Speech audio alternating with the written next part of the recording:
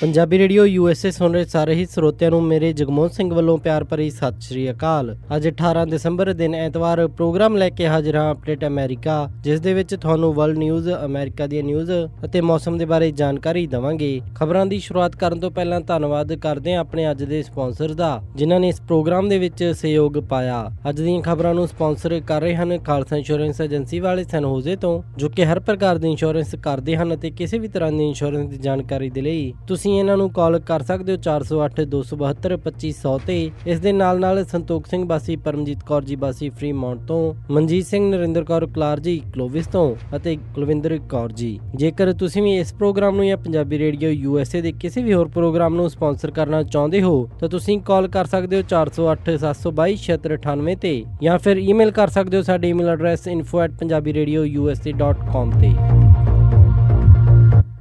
ਪਹਿਲਾਂ ਚੋਣਵੀਆਂ ਖਬਰਾਂ। ਅਲੈਪੋ ਦੇ ਵਿੱਚ ਸਿਵਿਲਿਅਨਸ ਦੀ ਇਵੈਕੂਏਸ਼ਨ ਇੱਕ ਵਾਰ ਫਿਰ ਰੁਕਣ ਤੋਂ ਬਾਅਦ ਦੇ ਵਿੱਚ ਮੁੜ ਦੁਬਾਰਾ ਸ਼ੁਰੂ ਕੀਤੀ ਗਈ। ਕੱਲ 19 ਦਸੰਬਰ ਨੂੰ ਇਲੈਕਟਰਲ ਕਾਲਜ ਆਫੀਸ਼ੀਅਲ ਤੌਰ ਦੇ ਉੱਤੇ ਰਾਸ਼ਟਰਪਤੀ ਦੇ ਲਈ ਵੋਟ ਪਾਉਣਗੇ। ਪ੍ਰੈਜ਼ੀਡੈਂਟ ਇਲੈਕਟਡ ਡੋਨਾਲਡ ਟਰੰਪ ਨੇ ਮਿਸ਼ੇਲ ਓਬਾਮਾ ਦੀ ਸਪੀਚ ਤੋਂ ਬਾਅਦ ਮਿਸ਼ੇਲ ਓਬਾਮਾ ਨੂੰ ਕਿਹਾ ਕਿ ਉਸ ਦੇ ਜਿੱਤਣ ਕਰਕੇ ਅਮਰੀਕਾ ਦੇ ਲੋਕਾਂ ਦੇ ਵਿੱਚ ਕਾਫੀ ਉਮੀਦ ਜਾਗ ਗਈ ਹੈ। ਅਰਕਨਸਾਸ ਦੇ ਵਿੱਚ ਹੋਏ ਇੱਕ ਰੋਡ ਰੇਜ ਸ਼ੂਟਿੰਗ ਮਾਮਲੇ ਦੇ ਵਿੱਚ 3 ਸਾਲਾ ਬੱਚੇ ਦੀ ਮੌਤ।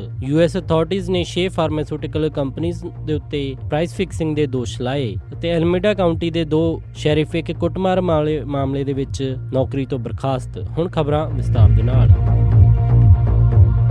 ਸੀਰੀਆ ਦੇ ਸ਼ਹਿਰ ਅਲੈਪੋ ਦੇ ਵਿੱਚ ਸ਼ਾਂਤੀ ਅੱਜ ਇੱਕ ਵਾਰ ਫਿਰ ਭੰਗ ਹੁੰਦੀ ਹੋਈ ਨਜ਼ਰ ਆਈ। ਟਰਕੀ, US ਅਤੇ ਸੀਰੀਆ ਦੇ ਬਾਗੀਆਂ ਦੇ ਨਾਲ ਸੀਰੀਅਨ ਸਰਕਾਰ ਅਤੇ ਰਸ਼ੀਆ ਦੇ ਨਾਲ ਤੈਅ ਹੋਈ ਡੀਲ ਦੇ ਮੁਤਾਬਿਕ ਅਲੈਪੋ ਸ਼ਹਿਰ ਦੇ ਵਿੱਚੋਂ ਸਿਵਿਲੀਅਨਸ ਅਤੇ ਬਾਗੀਆਂ ਨੂੰ ਇਵੈਕੂਏਟ ਕੀਤਾ ਜਾਣਾ ਸੀ। ਇਸ ਦੇ ਲਈ ਇੱਥੇ ਸੀਜ਼ਫਾਇਰ ਕਰਦੇ ਹੋਏ ਬੰਬਬਾਰੀ ਰੋਕ ਦਿੱਤੀ ਗਈ ਅਤੇ ਇਵੈਕੂਏਸ਼ਨ ਸ਼ੁਰੂ ਕੀਤੀ ਗਈ। ਪਰ ਅੱਜ ਇਵੈਕੂਏਸ਼ਨ ਕਰਦੇ ਹੋਏ ਸਿਵਿਲੀਅਨਸ ਨੂੰ ਲੈ ਕੇ ਜਾ ਰਹੀਆਂ ਬੱਸਾਂ ਦੇ ਵਿੱਚ ਅੱਗ ਲਾ ਦਿੱਤੀ ਗਈ। ਆਈਆਂ ਖਬਰਾਂ ਦੇ ਮੁਤਾਬਿਕ ਕੁਝ ਇੱਕ ਬੰਦੂਕਧਾਰੀਆਂ ਨੇ 5 ਬੱਸਾਂ ਦੇ ਵਿੱਚ, ਜਿਨ੍ਹਾਂ ਦੇ ਵਿੱਚ ਸਿਵਿਲੀਅਨਸ ਨੂੰ ਜਾਂ ਫਿਰ ਬਾਗੀਆਂ ਅਤੇ ਉਹਨਾਂ ਦੇ ਪਰਿਵਾਰਾਂ ਨੂੰ ਇਵੈਕੂਏਟ ਕੀਤਾ ਜਾਣਾ ਸੀ, ਉਹਨਾਂ ਬੱਸਾਂ ਦੇ ਵਿੱਚ ਅੱਗ ਲਾਈ ਗਈ। ਇਸ ਤੋਂ ਬਾਅਦ ਦੇ ਵਿੱਚ ਇਵੈਕੂਏਸ਼ਨ ਦਾ ਇਹ ਪ੍ਰੋਸੈਸ ਕਾਫੀ ਦੇਰ ਤੱਕ ਰੁਕਿਆ ਰਿਹਾ, ਪਰ ਮਿਲੀਆਂ ਖਬਰਾਂ ਦੇ ਮੁਤਾਬਿਕ ਇਸ ਨੂੰ ਮੁੜ ਦੁਬਾਰਾ ਸ਼ੁਰੂ ਕਰ ਦਿੱਤਾ ਗਿਆ। ਇਸ ਹੋਈ ਘਟਨਾ ਦੇ ਲਈ ਸੀਰੀਅਨ ਸਰਕਾਰ ਅਤੇ ਬਾਗੀ ਇੱਕ ਦੂਸਰੇ ਦੇ ਉੱਤੇ ਇਲਜ਼ਾਮ ਲਾ ਰਹੇ ਹਨ। ਸੀਰੀਆ ਦੇ ਵਿੱਚ ਐਕਟਿਵ ਹਿਊਮਨ ਰਾਈਟ ਦੇ ਗਰੁੱਪਸ ਨੇ ਦੱਸਿਆ ਹੈ ਕਿ ਤਕਰੀਬਨ 1200 ਸਿਵਿਲੀਅਨਸ ਨੂੰ ਅਲੈਪੋ ਸ਼ਹਿਰ ਦੇ ਵਿੱਚੋਂ ਇਵੈਕੂਏਟ ਕਰ ਲਿਆ ਗਿਆ ਹੈ।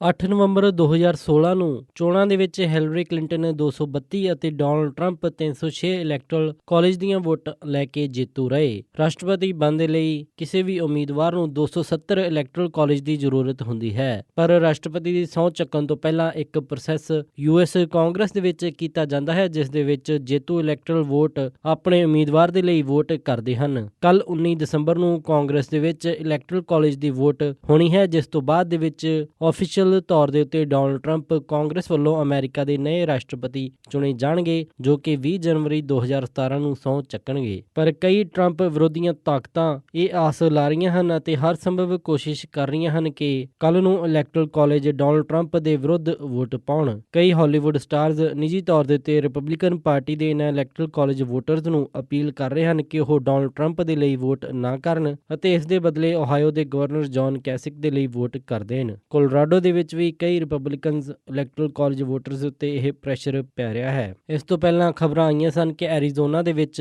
ਰਿਪਬਲਿਕਨ ਪਾਰਟੀ ਦੇ ਇਲੈਕਟਰਲ ਕਾਲਜ ਵੋਟਰਸ ਨੂੰ ਕਾਫੀ ਹਰਾਸ ਕੀਤਾ ਜਾ ਰਿਹਾ ਸੀ ਅਤੇ ਡੋਨਾਲਡ ਟਰੰਪ ਦੇ ਵਿਰੁੱਧ ਵੋਟ ਕਰਨ ਦੇ ਲਈ ਕਿਹਾ ਜਾ ਰਿਹਾ ਸੀ। ਹਾਲਾਂਕਿ ਡੋਨਾਲਡ ਟਰੰਪ ਦੇ ਵਿਰੁੱਧ ਵੋਟ ਹੋਣ ਦੀ ਉਮੀਦ ਕਾਫੀ ਘੱਟ ਨਜ਼ਰ ਆ ਰਹੀ ਹੈ, ਪਰ ਕੱਲ 19 ਦਸੰਬਰ ਨੂੰ ਸਭ ਦੀ ਅੱਖ ਇਲੈਕਟਰਲ ਕਾਲਜ ਵੋਟਿੰਗ ਦੇ ਉੱਤੇ ਹੋਵੇਗੀ, ਜਿੱਥੇ ਕਿ ਕਾਂਗਰਸ ਵੱਲੋਂ ਆਫੀਸ਼ੀਅਲ ਤੌਰ ਦੇ ਉੱਤੇ ਰਾਸ਼ਟਰਪਤੀ ਚੁਣਿਆ ਜਾਏਗਾ। ਪ੍ਰੈਜ਼ੀਡੈਂਟ ਇਲੈਕਟ ਡੋਨਲਡ ਟਰੰਪ ਨੇ ਕਿਹਾ ਕਿ ਉਹਨਾਂ ਦੀ ਚੋਣ ਤੋਂ ਬਾਅਦ ਅਮਰੀਕਾ ਦੇ ਲੋਕਾਂ ਦੇ ਵਿੱਚ ਨਵੀਂ ਉਮੀਦ ਭਰ ਗਈ ਹੈ। ਪ੍ਰੈਜ਼ੀਡੈਂਟ ਇਲੈਕਟ ਡੋਨਲਡ ਟਰੰਪ ਦਰਅਸਲ ਇੱਥੇ ਫਸਟ ਲੇਡੀ ਮਿਸ਼ੇਲ ਓਬਾਮਾ ਵੱਲੋਂ ਉਹਨਾਂ ਦੇ ਉਲਟ ਕੀਤੀ ਗਈ ਟਿੱਪਣੀ ਦਾ ਜਵਾਬ ਦੇ ਰਹੇ ਸਨ। ਆਪਣੀ ਧੰਨਵਾਦ ਯਾਤਰਾ ਦੇ ਆਖਰੀ ਪੜਾਅ ਦੇ ਵਿੱਚ ਡੋਨਲਡ ਟਰੰਪ ਨੇ ਅਲਬਾਮਾ ਸਥਿਤ ਸ਼ਹਿਰ ਦੇ ਵਿੱਚ ਇੱਕ ਰੈਲੀ ਨੂੰ ਸੰਬੋਧਨ ਕਰਦੇ ਹੋਏ ਕਿਹਾ ਕਿ ਉਹਨਾਂ ਦੇ ਕੋਲ ਜ਼ਬਰਦਸਤ ਉਮੀਦ, ਵਾਅਦਾ ਅਤੇ ਸਮਰੱਥਾ ਹੈ। ਡੋਨਲਡ ਟਰੰਪ ਨੇ ਇਹ ਵੀ ਕਿਹਾ ਕਿ ਉਹ ਦੇਸ਼ ਦੇ ਵਿੱਚ ਇੱਕ ਵਾਰੀ ਫਿਰ ਬੇਹੱਦ ਸਫਲ ਹੋਣ ਵਾਲੇ ਹਨ। ਇਸ ਤੋਂ ਪਹਿਲਾਂ ਫਸਟ ਲੇਡੀ ਮਿਸ਼ੇਲ ਓਬਾਮਾ ਨੇ ਇੱਕ ਇੰਟਰਵਿਊ ਦੇ ਵਿੱਚ ਸ਼ੋਅ ਦੀ ਹੋਸਟ ਓਪਰਾ ਨੂੰ ਕਿਹਾ ਸੀ ਕਿ ਉਹ ਨਵੰਬਰ ਦੇ ਵਿੱਚ ਟਰੰਪ ਅਤੇ ਡੈਮੋਕ੍ਰੈਟਿਕ ਪਾਰਟੀ ਦੀ ਹਿਲਰੀ ਕਲਿੰਟਨ ਦੇ ਵਿਚਾਲੇ ਲੜੀ ਗਈ ਚੋਣ ਤੋਂ ਬਾਅਦ ਦੇ ਵਿੱਚ ਅਮਰੀਕਾ ਦੇ ਭਵਿੱਖ ਨੂੰ ਲੈ ਕੇ ਚਿੰਤਤ ਹਨ। ਮਿਸ਼ੇਲ ਓਬਾਮਾ ਨੇ ਉੱਥੇ ਕਿਹਾ ਸੀ ਕਿ ਉਸ ਫਰਕ ਨੂੰ ਉਹ ਮਹਿਸੂਸ ਕਰ ਰਹੇ ਹਨ ਅਤੇ ਉਹਨਾਂ ਨੇ ਕਿਹਾ ਕਿ ਉਹਨਾਂ ਨੂੰ ਇਹ ਮਹਿਸੂਸ ਹੋ ਰਿਹਾ ਹੈ ਕਿ ਉਮੀਦ ਨਾ ਹੋਣ ਦੇ ਉੱਤੇ ਕਿਹੋ ਜਿਹਾ ਮਹਿਸੂਸ ਹੁੰਦਾ ਹੈ। ਮਿਸ਼ੇਲ ਓਬਾਮਾ ਨੇ ਆਪਣੀ ਸਟੇਟਮੈਂਟ ਦੇ ਵਿੱਚ ਕਿਹਾ ਸੀ ਕਿ ਉਮੀਦ ਸਭ ਤੋਂ ਜ਼ਰੂਰੀ ਹੁੰਦੀ ਹੈ, ਇੱਕ ਬਹੁਤ ਹੀ ਜ਼ਰੂਰੀ ਚੀਜ਼ ਹੈ ਅਤੇ ਇਸ ਦੇ ਨਾਲ ਲੋਕ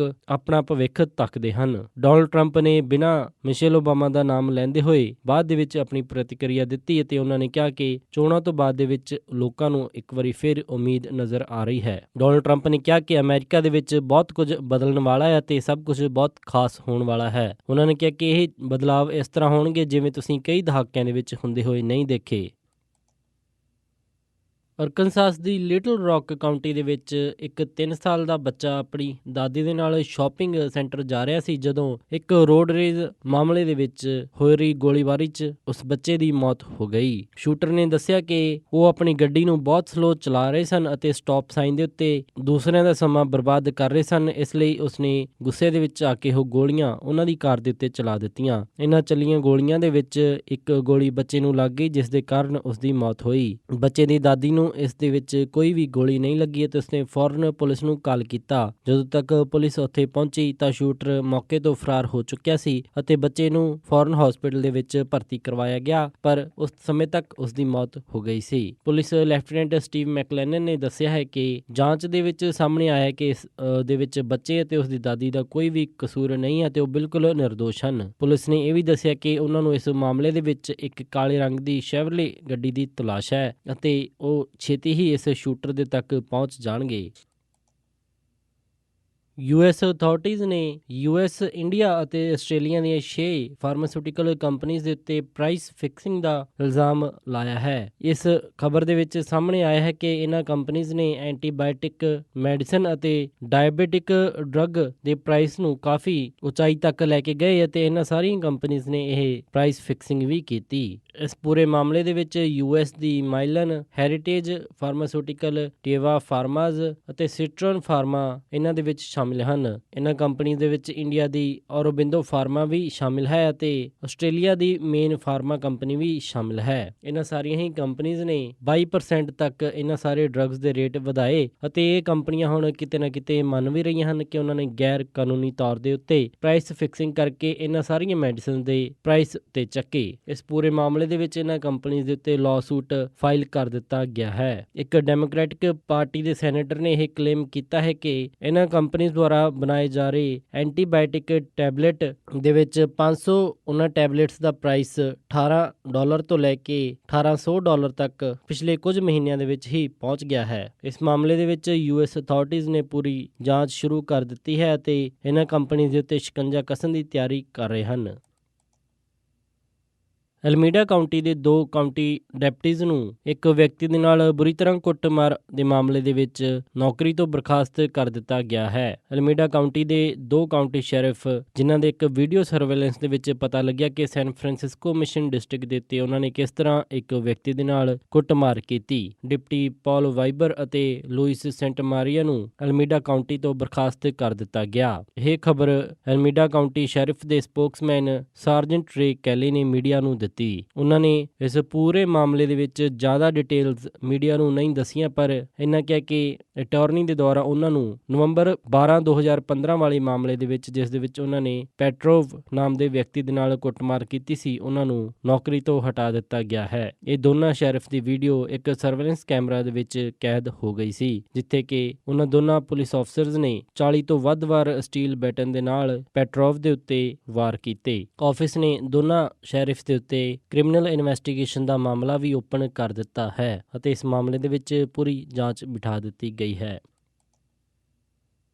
ਇਹ ਸਨ ਅੱਜ ਦੀਆਂ ਕੁਝ ਖਾਸ ਖਬਰਾਂ। ਹੁਣ ਵੱਧਦੇ ਹਾਂ ਮੌਸਮ ਦੀ ਜਾਣਕਾਰੀ ਦੇ ਵੱਲ। ਸੋਮਵਾਰ ਨੂੰ ਸੈਨ ਹੋਜ਼ੇ ਦੇ ਵਿੱਚ ਹਾਈ ਟੈਂਪਰੇਚਰ ਰਹੇਗਾ 56 ਡਿਗਰੀ ਅਤੇ ਰਾਤ ਨੂੰ ਲੋ ਟੈਂਪਰੇਚਰ 38 ਡਿਗਰੀ। ਸੈਨ ਫਰਾਂਸਿਸਕੋ ਦੇ ਵਿੱਚ 53 ਡਿਗਰੀ ਹਾਈ ਅਤੇ ਰਾਤ ਨੂੰ 41 ਡਿਗਰੀ ਲੋ ਰਹੇਗਾ। ਸੈਕਰਾਮੈਂਟੋ ਦੇ ਵਿੱਚ 51 ਡਿਗਰੀ ਹਾਈ ਅਤੇ ਰਾਤ ਨੂੰ 29 ਡਿਗਰੀ ਲੋ। ਯੂਬਾ ਸਿਟੀ ਦੇ ਵਿੱਚ 51 ਡਿਗਰੀ ਹਾਈ ਅਤੇ ਰਾਤ ਨੂੰ 31 ਡਿਗਰੀ ਲੋ। ਸਟਾਕਟਨ ਦੇ ਵਿੱਚ 52 ਡਿਗਰੀ ਹਾਈ ਅਤੇ ਰਾਤ ਨੂੰ 30 ਡਿਗਰੀ ਲੋ। ਟ੍ਰੇਸੀ ਦੇ ਵਿੱਚ 52 ਡਿਗਰੀ ਹਾਈ ਅਤੇ ਰਾਤ ਨੂੰ 32 ਡਿਗਰੀ ਲੋ। ਮੋਡੈਸਟੋ ਦੇ ਵਿੱਚ 53 ਡਿਗਰੀ ਹਾਈ ਅਤੇ ਰਾਤ ਨੂੰ 32 ਡਿਗਰੀ ਲੋ। ਫ੍ਰੈਜ਼ਨੋ ਦੇ ਵਿੱਚ 53 ਡਿਗਰੀ ਹਾਈ ਅਤੇ ਰਾਤ ਨੂੰ 32 ਡਿਗਰੀ ਲੋ ਰਹੇਗਾ। ਬੇਕਰਫੀਲਡ ਦੇ ਵਿੱਚ 57 ਡਿਗਰੀ ਹਾਈ ਅਤੇ ਰਾਤ ਨੂੰ 33 ਡਿਗਰੀ ਲੋ। ਲਾਸ ਐਂਜਲਸ ਦੇ ਵਿੱਚ 68 ਡਿਗਰੀ ਹਾਈ ਅਤੇ ਰਾਤ ਨੂੰ 43 ਡਿਗਰੀ ਲੋ। ਟਰਕੀ ਦੇ ਵਿੱਚ 45 ਡਿਗਰੀ ਹਾਈ ਅਤੇ ਰਾਤ ਨੂੰ 21 ਡਿਗਰੀ ਲੋ ਰਹੇਗਾ। ਸਾਊਥ ਲੇਕ ਟਾਹੋ ਦੇ ਵਿੱਚ 47 ਡਿਗਰੀ ਹਾਈ ਅਤੇ ਰਾਤ ਨੂੰ 21 ਡਿਗਰੀ ਲੋ। ਪੋਰਟਲੈਂਡ ਓਰੇਗਨ ਦੇ ਵਿੱਚ 45 ਡਿਗਰੀ ਹਾਈ ਅਤੇ ਰਾਤ ਨੂੰ 44 ਡਿਗਰੀ ਲੋ ਰਹੇਗਾ। ਦਿਨ ਦੇ ਸਮੇਂ ਪੂਰੇ ਮੀਂਹ ਪੈਣ ਦੀ ਸੰਭਾਵਨਾ ਬਣੀ ਰਹੇਗੀ। ਸੀਐਟਲ ਦੇ ਵਿੱਚ 44 ਡਿਗਰੀ ਹਾਈ ਅਤੇ ਰਾਤ ਨੂੰ 40 ਡਿਗਰੀ ਲੋ। ਇੱਥੇ ਦਿਨ ਦੇ ਸਮੇਂ 80% ਅਤੇ ਰਾਤ ਨੂੰ 100% ਮੀਂਹ ਪੈਣ ਦੀ ਸੰਭਾਵਨਾ ਹੈ। ਫਲੈਗਸਟਾਫ ਐਰੀਜ਼ੋਨਾ ਦੇ ਵਿੱਚ ਮੌਸਮ ਸਾਫ਼ ਰਹੇਗਾ ਅਤੇ ਟੈਂਪਰੇਚਰ 39 ਡਿਗਰੀ ਹਾਈ ਅਤੇ ਰਾਤ ਨੂੰ 15 ਡਿਗਰੀ ਲੋ। ਸਾਲਟ ਲੇਕ ਸਿਟੀ ਯੂਟਾ ਦੇ ਵਿੱਚ 33 ਡਿਗਰੀ ਹਾਈ ਅਤੇ ਰਾਤ ਨੂੰ 25 ਡਿਗਰੀ ਲੋ। ਸ਼ਿਕਾਗੋ ਦੇ ਵਿੱਚ 15 ਡਿਗਰੀ ਹਾਈ ਅਤੇ ਰਾਤ ਨੂੰ 12 ਡਿਗਰੀ ਲੋ। ਨਿਊਯਾਰਕ ਦੇ ਵਿੱਚ 32 ਡਿਗਰੀ ਹਾਈ ਅਤੇ ਰਾਤ ਨੂੰ 24 ਡਿਗਰੀ ਲੋ। ਟੋਰਾਂਟੋ ਕੈਨੇਡਾ ਦੇ ਵਿੱਚ -7 ਡਿਗਰੀ ਸੈਲਸੀਅਸ ਹਾਈ ਅਤੇ ਰਾਤ ਨੂੰ -8 ਡਿਗਰੀ ਸੈਲਸੀਅਸ ਲੋ ਰਹੇਗਾ। ਵਿਨੀਪੈਗ ਦੇ ਵਿੱਚ -3 ਡਿਗਰੀ ਸੈਲਸੀਅਸ ਹਾਈ ਅਤੇ ਰਾਤ ਨੂੰ -5 ਡਿਗਰੀ ਸੈਲਸੀਅਸ ਲੋ। ਕੈਲਗਰੀ ਦੇ ਵਿੱਚ 1 ਡਿਗਰੀ ਸੈਲਸੀਅਸ ਹਾਈ ਅਤੇ ਰਾਤ ਨੂੰ -7 ਡਿਗਰੀ ਸੈਲਸੀਅਸ ਲੋ ਰਹੇਗਾ। ਵੈਨਕੂਵਰ ਦੇ ਵਿੱਚ 5 ਡਿਗਰੀ ਸੈਲਸੀਅਸ ਹਾਈ ਅਤੇ ਰਾਤ ਨੂੰ 3 ਡਿਗਰੀ ਸੈਲਸੀਅਸ ਲੋ। ਅੰਮ੍ਰਿਤਸਰ ਦੇ ਵਿੱਚ 24 ਡਿਗਰੀ ਸੈਲਸੀਅਸ ਹਾਈ ਅਤੇ ਰਾਤ ਨੂੰ 7 ਡਿਗਰੀ ਸੈਲਸੀਅਸ ਲੋ। ਮੈਲਬਰਨ ਆਸਟ੍ਰੇਲੀਆ ਦੇ ਵਿੱਚ 29 ਡਿਗਰੀ ਸੈਲਸੀਅਸ ਹਾਈ ਅਤੇ ਰਾਤ ਨੂੰ 15 ਡਿਗਰੀ ਸੈਲਸੀਅਸ ਲੋ। ਲੰਡਨ ਦੇ ਵਿੱਚ 7 ਡਿਗਰੀ ਸੈਲਸੀਅਸ ਹਾਈ ਅਤੇ ਰਾਤ ਨੂੰ 2 ਡਿਗਰੀ ਸੈਲਸੀਅਸ ਲੋ। ਬਰਲਿਨ ਦੇ ਵਿੱਚ 4 ਡਿਗਰੀ ਸੈਲਸੀਅਸ ਹਾਈ ਅਤੇ ਰਾਤ ਨੂੰ -2 ਡਿਗਰੀ ਸੈਲਸੀਅਸ ਲੋ।